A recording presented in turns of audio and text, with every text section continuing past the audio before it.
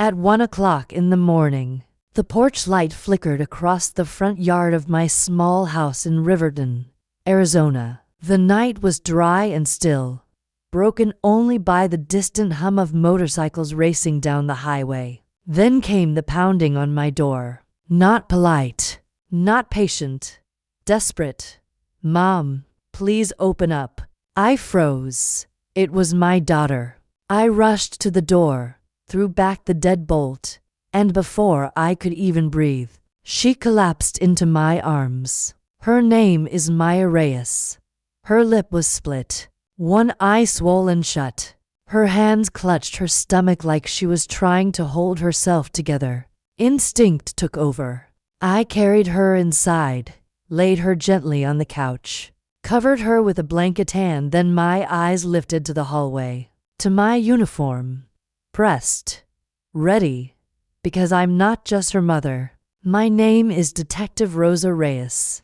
And that night, both parts of me were about to be tested. I've worked in Riverton for over 20 years. It's the kind of town where everyone thinks they know everything and rumors travel faster than truth. Maya is 26. She grew up barefoot in the yard, chasing lizards, singing off-key in the car, always promising she'd find her way home. Lately, she'd grown quieter. I told myself it was adulthood. I was wrong. There's something else you should know. My father left us a piece of land just outside town. It was hard-earned. It meant something. And it was in Maya's name. That land would soon become the center of everything. Maya's breathing was shallow as I pressed a damp cloth to her lip. This wasn't just physical. Something deeper had been breaking for a long time. I grabbed my phone. "Dr. Shaw, it's Rosa. I'm bringing my daughter in. Get a bed ready." My car was in the shop, so I called a cab. While we waited, Maya's phone lit up on the table. Message after message. From her husband, Derek Cole. One text read, "Keep your mouth shut if you want to keep everything." My hands clenched. I reached for the phone, but Maya grabbed it back. "Mom, please, don't. It'll make it worse." Her voice wasn't just scared. It was trained to be. I squeezed her hand. "You're safe now." But inside, I made a promise. This wouldn't disappear into silence. At Riverton General, the fluorescent lights cut through the night. Dr. Aisha Shah met us immediately. Her eyes scanned Maya, and she didn't hesitate. Within minutes, Maya was on a bed, surrounded by nurses. Bruises spread dark across her ribs. Scans were ordered. Photos were taken. Records were written. Quietly, I asked the nurse for copies of everything. "I need documentation."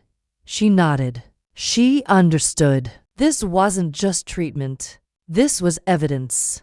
Before sunrise, we walked out with more than discharge papers. We walked out with proof. Back home, the sun was just rising when my neighbor, Mrs. Elena Cruz, rushed over. "I heard everything last night. Is she okay?" I told her the truth. Her expression hardened. "My porch camera records everything," she said. "Maybe it caught something." We checked. There it was. Maya at my door. Weak, crying, barely standing. Time stamped. Undeniable. We saved it immediately. For the first time, the truth had a voice louder than fear. That afternoon, I got a call. Luis Navarro, a clerk from the county records office. "Rosa, something's wrong. There's a land transfer filed under Maya's name." My stomach dropped. "What transfer?" "It says she signed the property over to a woman named Sienna Blake, but the signatures don't match. And the notary wasn't even on duty." Forgery. I drove straight there. The signatures were fake, sloppy, obvious. And the paperwork, filed by Derek. That's when it changed. This wasn't just abuse anymore. This was theft. The next morning, I went to Derek's pawn shop. He leaned back in his chair when I walked in. Detective. Or should I say Mom? I dropped the folder on his desk. Photos.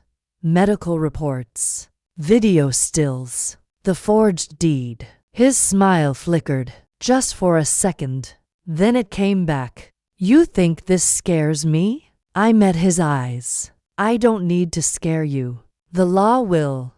And I walked out. By the end of the week, the town was buzzing. She's using her badge. Probably exaggerating. Couples fight. It's normal. Rumors spread like wildfire. But facts don't burn. That night, I found a note under my door. Stay quiet or you'll lose your daughter. I didn't panic. I filed it. Evidence. I called my captain, James Ortega. We need patrols around my house and my neighbors. You're in deep, Rosa, he said. I know. I've got your back. The missing piece came from an unexpected place. Sienna Blake, Derek's new partner. I found her at a bar on the edge of town. She looked confident but tired. I slid a folder across the table. Inside, forged documents, her name all over them. Her hands shook. He said it was legal. He lied. I said, you testify, and you walk away clean. She hesitated, then nodded. That was the turning point. With my lawyer, Adrian Wells, we built the case. Medical records, video footage, threats, forgery, witness testimony, a complete wall of truth. The judge signed a restraining order the same day. For the first time, Maya slept without fear. The courtroom was packed. People came for drama. They got reality. Dr. Shah testified. The video played. Gasps filled the room. The texts appeared on screen. The forged deed was dismantled. Then Sienna spoke. Derek exploded. Liar. The judge slammed the gavel. Order. Then it was my turn. I stand here as a detective, I said, but more importantly as a mother. And the man who hurt my daughter will answer to the law. The verdict came quickly. Protective order granted. Property restored. Assets frozen. Case referred for criminal charges. Then came the sound. Handcuffs. Cold.